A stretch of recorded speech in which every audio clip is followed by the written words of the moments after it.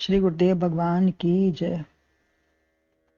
श्रीमद् भगवद गीता के 7वें अध्याय में श्री भगवान ने 4 प्रकार के भक्तों का वर्णन किया और जिसमें ज्ञानी भक्त की विशेष प्रशंसा करते हुए कहा है कि ये भक्त मुझे सबसे अधिक मेरे से जुड़े हुए और मुझे सबसे ज्यादा प्रिय हैं, एक दूसरे की प्रियता को बताते हैं।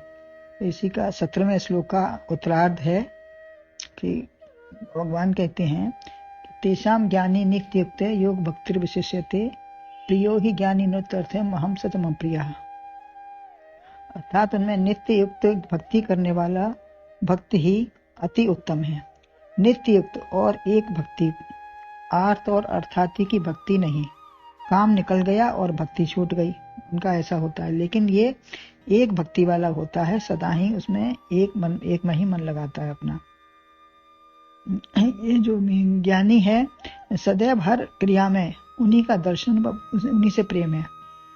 वह परोक्ष ज्ञानी है जिसने सुनकर ज्ञान प्राप्त किया है, और अपरोक्ष है जिसने अंतर विज्ञान अपने विज्ञान के द्वारा अपना प्रैक्टिकल किया है और अनुभूति का विषय बनाया है, आत्मा मैं ही हूँ। ऐसा उसको अपरोक्ष ज्ञान उसका दृढ़ हो जाता है।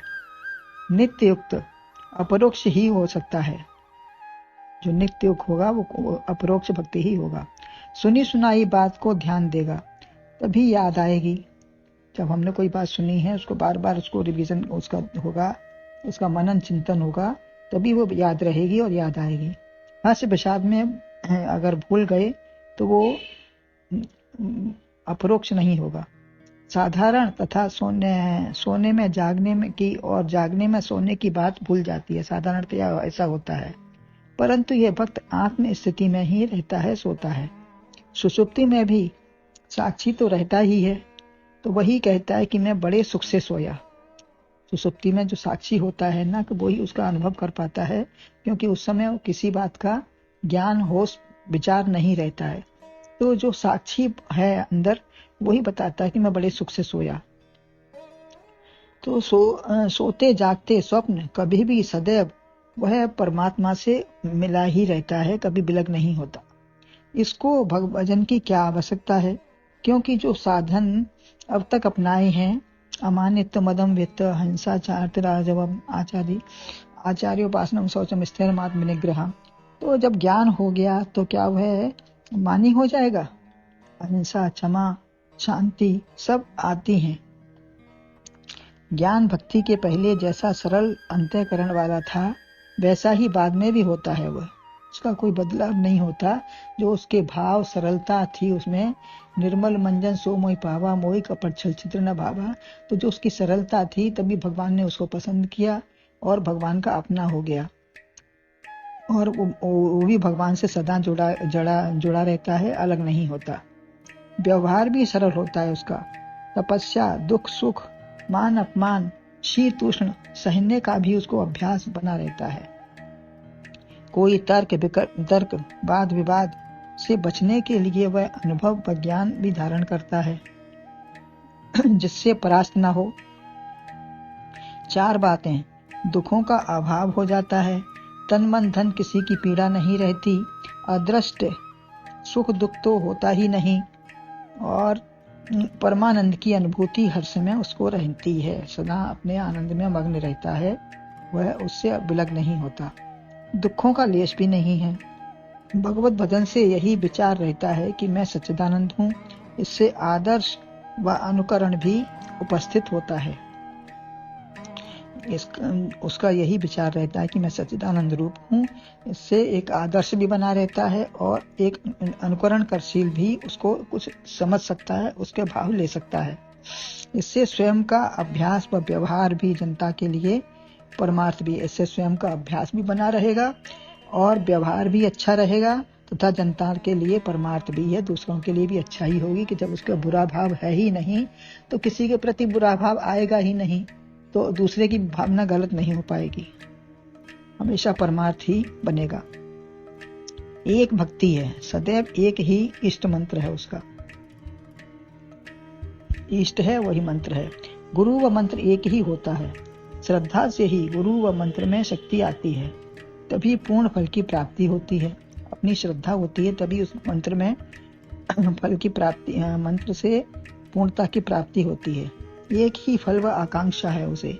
भौतिक व स्वर्गीय की कोई इच्छा है ही नहीं, न स्वर्ग की न भौतिक की उसे कुछ लालसा नहीं, कुछ लौकिक और कुछ चाहिए ही नहीं। वरन प्रति क्षण की उपासना का एक ही फल है, परमानंद की प्राप्ति। एकस्मिन भक्ति, व्यावचारी भक्ति नहीं है, वरन अनन्य भक्ति है। दूसरा नहीं है, दूसरा न रहे, दूसरा कोई है ही नहीं। मत्तः परतरम नान्यत् किंचित् अस्ति धनंजय। दूसरा आता ही नहीं उसमें दृष्टि में, तो भक्ति किसकी करेगा। ऐसे महापुरुषों से जो एक होते हैं उन्हीं का प्रेम, चिंतन, व्यवहार व आचरण विचार होगा तो वही बातें आनी शुरू हो जाएंगी। ऐसा उसका अपना विचार होता है, ऐसे महापुरुषों से उसका मिलना जुलना होता है, वही संत भाव उसमें आ जाता है और वही भाव उसका आचरण विचार से बना रहता है। वृत्ति में परमात्मा का संग चिंतन होगा, वही प्रभाव पड़ेगा। जिसका संग होगा वही उसका प्रभाव पड़ेगा। जैसा करे संग वैसा चढ़े रंग। संसार में तो सामान्य भक्ति होती है, परंतु यह विशिष्ट भक्ति है। हनुमान जी भी विप्र वेश में गए भेद लेने के लिए। जब एक हुए तभी अभेद होते हैं। जब एक किसी से होता है तभी उससे अभेद नहीं होता, एक हो जाते हैं। सो अनन्य जाके असी मत न टरे हनुमंत। भगवान की जब भगवान से मिलने गए हनुमान जी सुग्रीव के पास से, तो कहा है सो अनन्य जाके असी मत न टरे हनुमंत, मैं सेवक सचराचर रूप स्वामी भगवंत। एक मेरा भगवान ही मेरा रूप स्वामी, मेरा एक ही सब कुछ करने वाला है, एक ही सहायक है, मेरा सिद्ध है। चर अचर सब दिखता हुआ परमात्मा का ही स्वरूप है। जैसे गुरु के अनेक प्रकार के चित्र सभी वंदनीय हैं। गुरु के किसी भाव में भी अनेक चित्र बने हों, लेकिन वो सब वंदनीय हैं। व्यक्ति वही है, सामान्य या राजसी ठाट बाट कैसे भी हों, कभी राम कभी सिंह या सूकर कुकर, कोई भी रूप धारण कर लें। भगवान के विभिन्न रूप में 24 अवतार बताते हैं। संसार में सभी रूप, बालक वृद्ध पशु पक्षी मानव, कोई भी रूप हो, सब उसी एक के हैं। प्रेम भिन्न भिन्न नहीं, एक में है। सब में एक का उसी का दर्शन है। हर भगवान के रूप को नमस्कार करना है। ऐसी भक्ति अद्वैत भक्ति है। अविनाशी अखंड एक अद्वैत, वही एक, उसी अविनाशी अखंड की एक अद्वैत, वही एक, उसी की एक भक्ति है, एक स्वरूप है उसका, एक में ही लय होना है। अनन्य व एक भक्ति में मीराबाई जीव गोस्वामी जी से मिलने गई। वृंदावन में जीव गोस्वामी जी से मिलने गई, तो उनके शिष्य ने कहा कि वो स्त्रियों से नहीं मिलते। तो उन्होंने कहा कि यहाँ मैं तो कुछ दूसरे कृष्ण के अलावा मैं दूसरे पुरुष को जानती ही नहीं। तो उन्होंने अपने को कैसे मान लिया वो कि वो स्त्री से नहीं मिलते। मैं तो किसी कोई दूसरा पुरुष मेरी निगाह में तो है ही नहीं। उत्तम के असबस मन माही, सपने आन पुरुष जग नाही। जैसे पतिव्रता स्त्री के लिए दूसरा पुरुष है ही नहीं, वही ज्ञानी है। एक भक्ति विशिष्यते, ऐसा ज्ञानी ही अत्यर्थम अति अर्थ विशेष प्रयोजन वाला है। ऐसा जो ज्ञानी है वही विशेष प्रयोजन है। उसका एक ही प्रयोजन है कि एक ही भगवान है, एक ही साधे सब सद है। सामान्य प्रयोजन तो खाना सोना सब हो गया, परंतु एकमात्र हर क्रिया सब उसी के लिए है या वही करने वाला है। ऐसा एकमात्र ही जिसका प्रयोजन है, ऐसी प्रियता से वह उसी में लय रहता है। उसका सोना बैठना उठना जागना जो भी करना, हर क्रिया उसी में लय रहती है। प्रेमी को प्रेमी की स्मृति ही रहती है। प्रेमी के भगवान दिखे कण कण में, तो प्रेमी को हर कण कण में, हर क्षण क्षण में, हर वस्तु में, हर चीज में, हर क्रिया में, सब उसको उसी भाव का उसका ध्यान रहता है, उसी में लय रहता है। वह हर समय उसी में निष्ठा रहती है।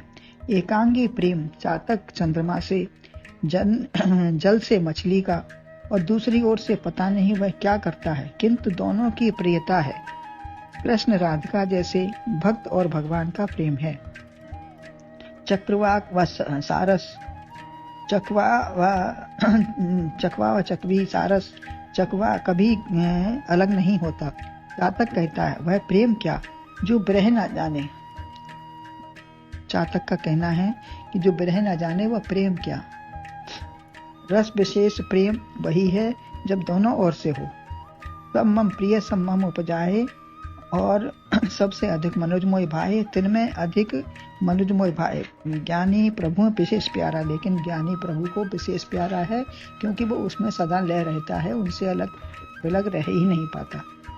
भगवान भी माला भक्ति की जपते हैं।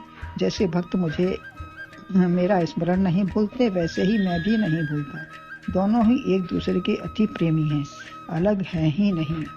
बोलो गुरुदेव भगवान की जय।